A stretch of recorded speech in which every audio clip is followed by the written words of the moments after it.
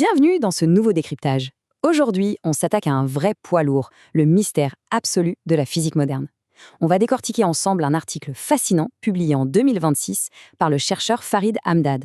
C'est un travail monumental car il propose carrément de réécrire les règles de notre univers avec ce qu'il appelle le cadre de la gravité quantique bottom-up, c'est-à-dire une approche ascendante.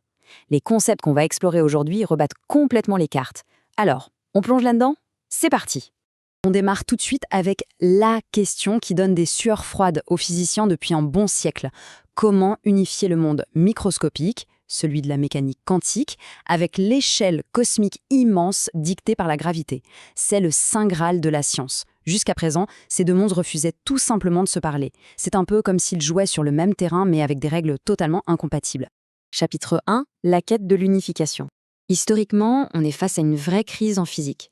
D'un côté, la mécanique quantique gère les particules à la perfection, et de l'autre, la relativité générale d'Einstein nous explique la gravité par la courbure de l'espace-temps. Mais quand on essaie de fusionner les équations, tout s'effondre. L'approche standard, qu'on pourrait qualifier de classique, considère l'espace-temps comme une donnée de base, une sorte de scène de théâtre déjà construite. Le souci, c'est que pour que ça colle aux observations du cosmos, il faut sans cesse ajouter des rustines, comme cette mystérieuse énergie sombre. Et c'est là qu'intervient la vision de Farid Hamdad, avec le modèle bottom-up. Changement de paradigme total.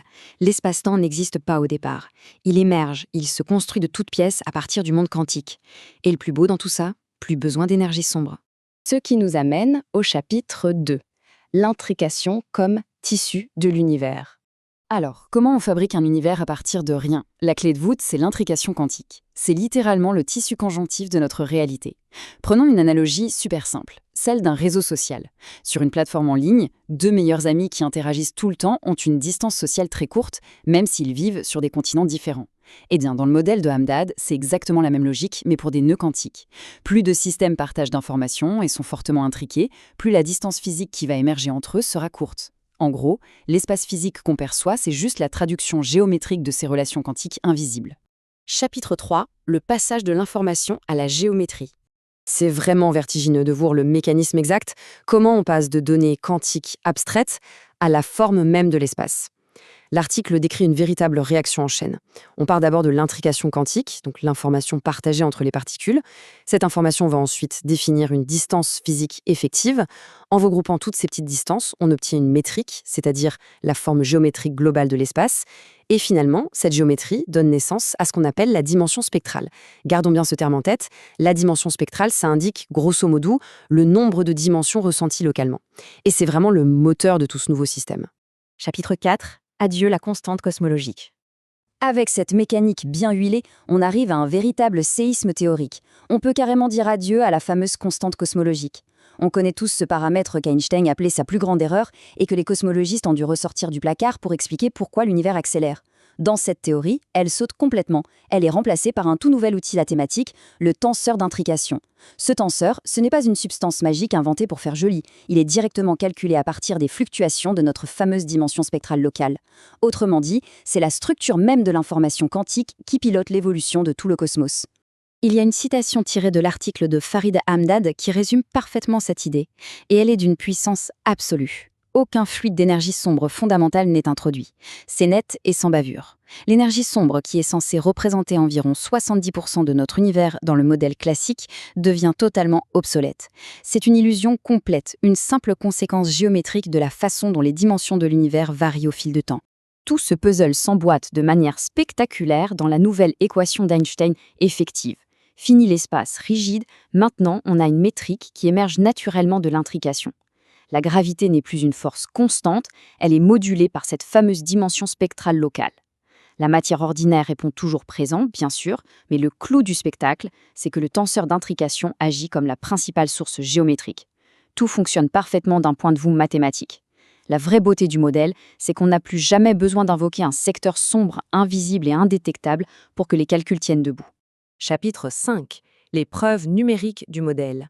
C'est bien beau d'avoir une théorie élégante sur le papier, mais l'auteur a voulu la soumettre à un véritable crash test numérique. Et les résultats des simulations informatiques sur les réseaux quantiques sont limpides. On observe une ligne de tendance extrêmement claire qui confirme une très forte corrélation positive entre la courbure spatiale qui émerge du réseau et les variations spectrales. Pour faire simple, les mathématiques de l'intrication génèrent bel et bien de la courbure spatiale, exactement comme la théorie l'avait anticipé. Et ce n'est pas un accident isolé. L'étude a poussé le vice en testant des multitudes de combinaisons mathématiques pour générer des scores de stabilité. Ce qu'on constate, c'est que la relation entre la géométrie émergente, mesurée ici par la courbure d'Olivier-Ricci, et la dimension spectrale est en béton armé. C'est robuste et extrêmement stable, peu importe les échelles locales qu'on décide de tester. La structure proposée tient solidement la route au niveau informatique. Ce qui nous amène à notre dernière partie, une nouvelle vision cosmique. Quand on prend un peu de recul, les implications de cette découverte sont juste colossales. Ce seul modèle parvient à expliquer l'histoire entière de notre cosmos sans avoir à inventer de nouvelles règles à chaque époque. C'est assez fascinant. Dans l'univers primordial, ce qu'on appelle le haut redshift, la dimension spectrale était légèrement supérieure à 3. Conséquence, une gravité effective réduite, ce qui ralentit la formation des grandes structures et résout du même coup un mystère actuel de l'astronomie, la fameuse tension sigma 8. Ensuite, plus récemment, à bas redshift, cette dimension est passée en dessous de 3. Le résultat géométrique direct, c'est tout simplement l'accélération de l'expansion de l'univers. Bam!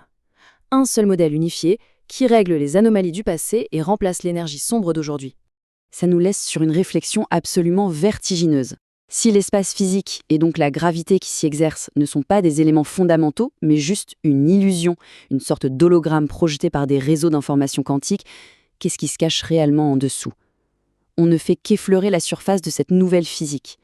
Il y a de quoi garder l'esprit grand ouvert, car avec cette gravité quantique repensée depuis la base, on est sans aucun doute à l'aube d'une révolution scientifique majeure.